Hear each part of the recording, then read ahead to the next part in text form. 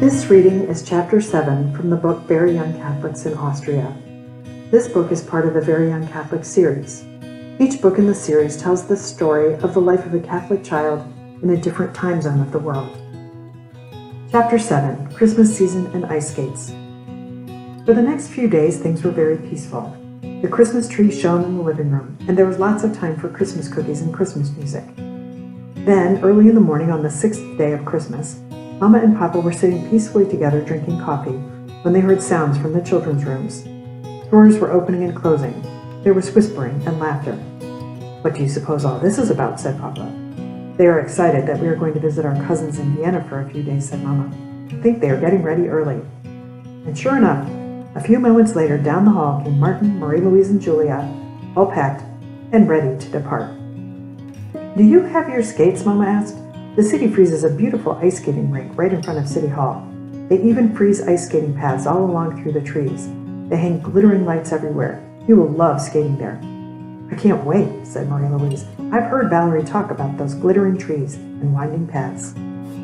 When the family arrived in Vienna, Clémence and Valerie greeted them at the door with a shout. "Did you bring your skates? We can go skating today." "Let's welcome everyone first," said Aunt Mathilde.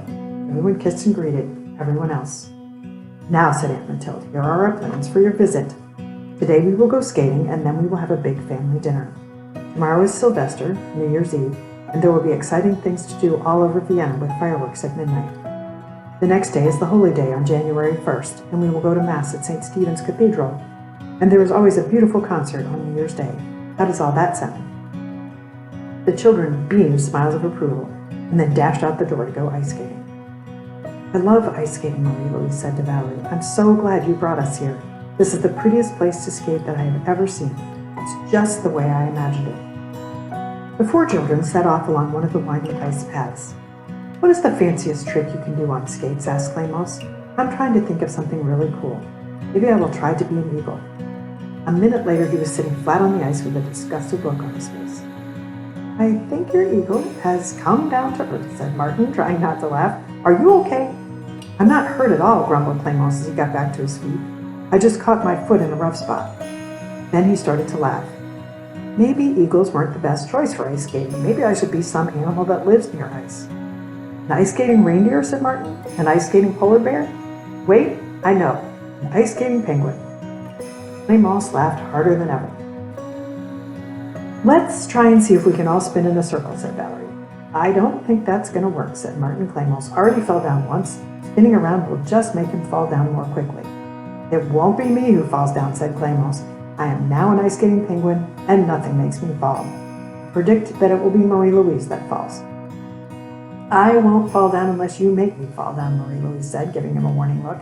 "And if I fall down while we were spinning, everyone else will fall down too."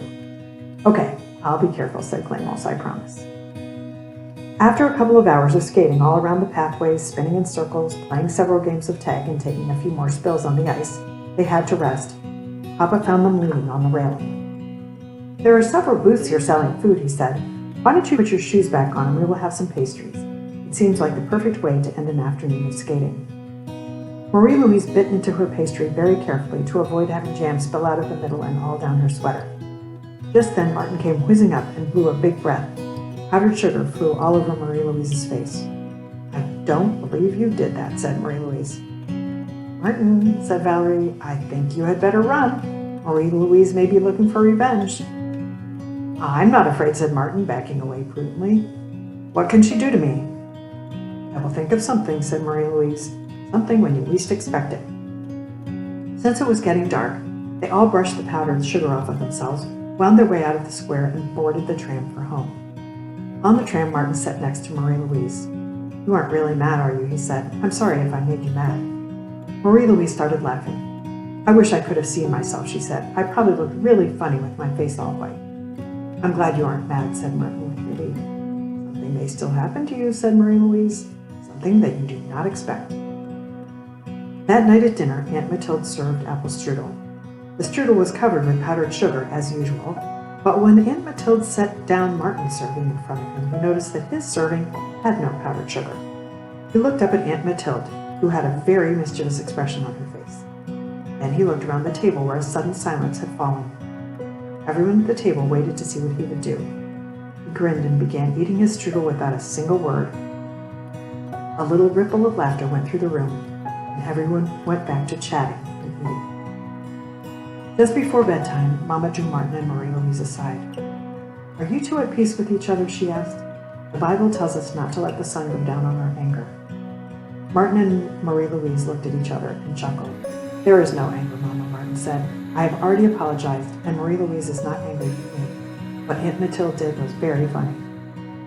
"I agree, Mama," said Marie-Louise. "We are not angry, and we will always laugh whenever we tell this story.